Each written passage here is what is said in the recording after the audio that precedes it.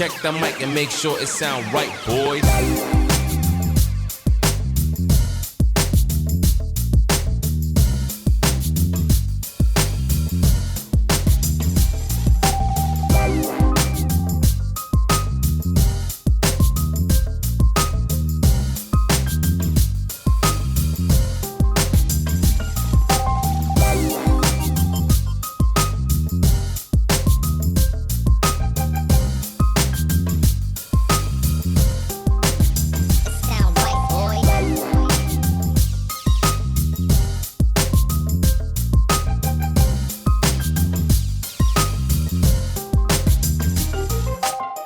Assalamualaikum arkadaşlar, amandasыздар ма? Hoş geldinizler ama. Жақсы өздеріңізде. Allah'a şükür bәрі бір қалыпты. Өзіңіздің ұрып видеоңызды тамашалап. Келісі өтерінші көрсек.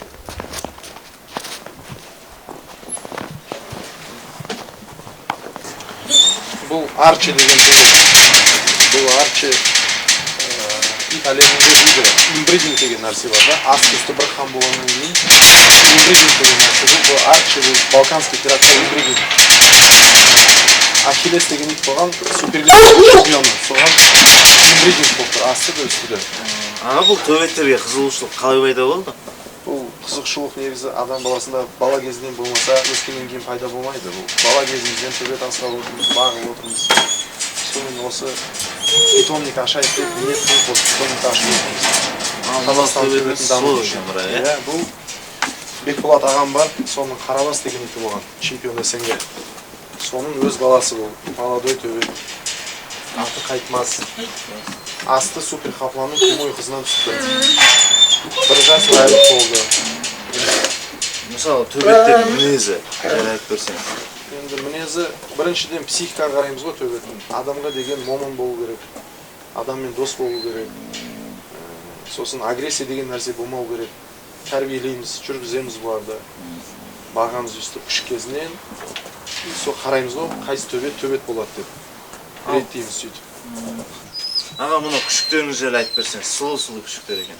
Айтып берейік, бұл күшіктер былай, бұл Қарабастың немересі, Шал Қарабастың Аю деген баласы болған, Қарабастың Қаракенен қызынан соның баласы. Мынау Бекболат ағамның питомнигінде тұр, Мойнақ қазір. Қара Мойнақ.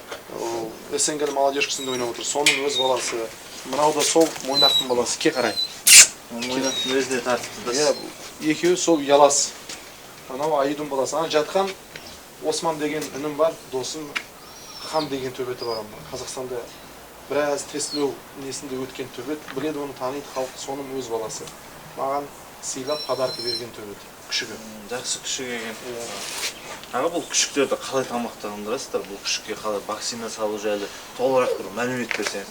Күшіктерді біз бағамыз. Сол уақыты келген кезде 35 күннен бастап вакцинасын бастаймыз. Вакцинасын істейміз. Глистагон береміз бұларға бірінші шешесінің астында жатқан кезде. Бірінші глистагон, сосын 2 аптадан кейін екінші мәрте глистовать етеміз. Сосын бұларды бірінші прививкасын істейміз. Бірінші прививкасынан кейін 21 күн өткеннен кейін екінші прививкасын істейміз. Сосын бұлардың күшік кезінде 3 айына шейін ең азы 5, атак 6 мезгіл тамақ жейді бұлар. Аз-аздан 6 мәрте жейді бұлар, 6 мезгіл.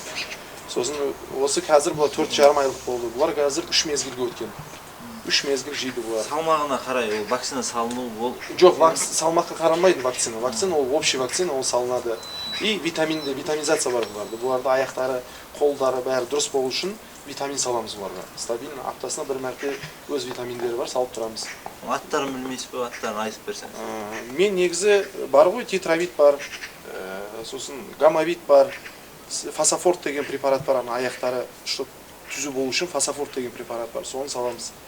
И постоянно вольно жүреді осы, қоз дворға жібереміз, азаннан кешке шейін бос жүреді күшіктер. Мынау ақ итіңіз ше? Бұл ақ ит туралы айтатын болсақ, бұл кличкасы Зубай бұл. Тестілеуде қазір ойнап отыр, чемпионат СНГ-де тестілеуден өтіп отыр. Қазір четвертьфиналға шыққан төбет, до 50 ойнап отыр бұл. Осы чемпион болсын аға.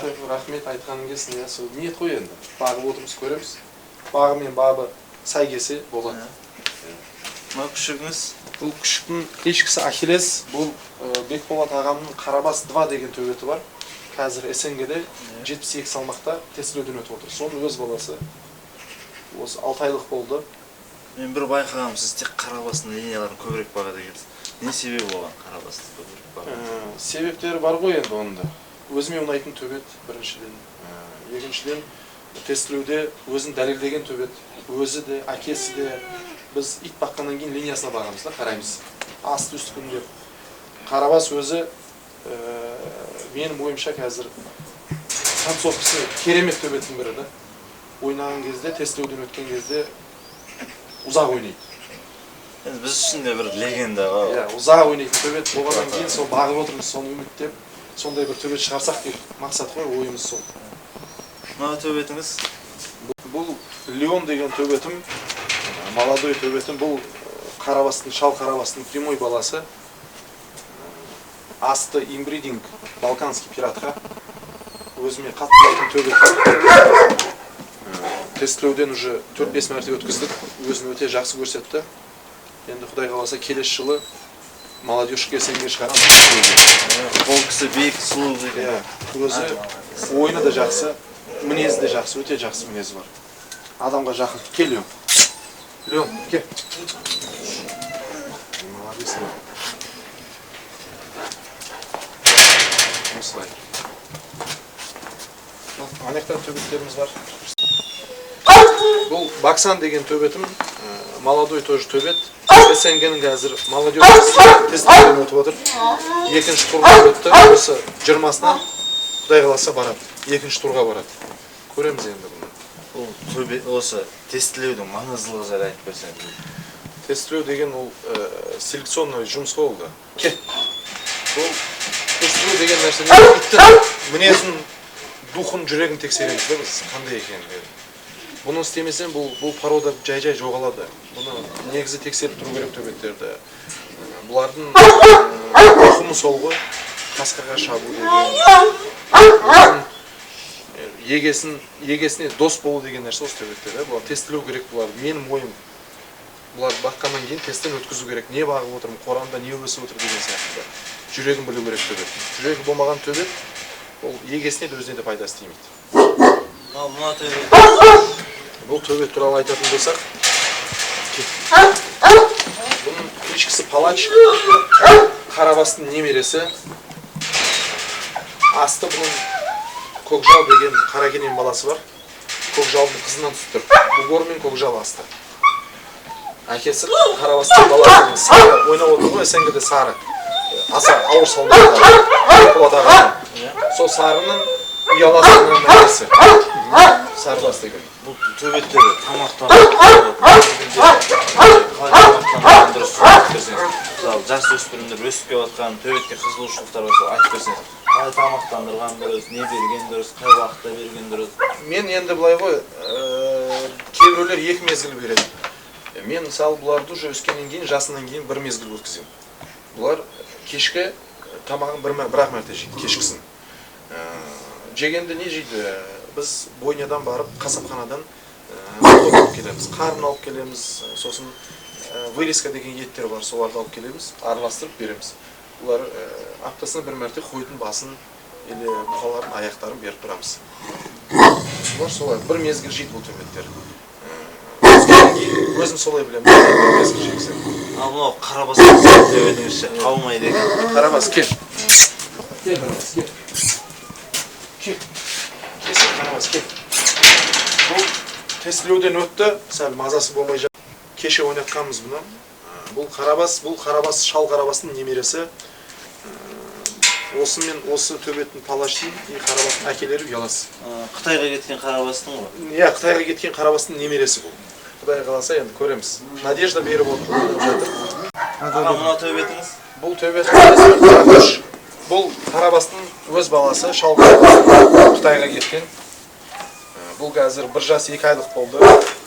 Салмағы 70 кг болып тұр. Бұны да уже бір тестілеп көрдік, өзін өте жақсы көрсетті. Надежда берген төбеттің бірі осы, Құдай қаласа. Қарабастың өздеріне тартыпты да? Иә, созымды, биік, ұзын төбет, мінезді жақсы, ауыр мінезді.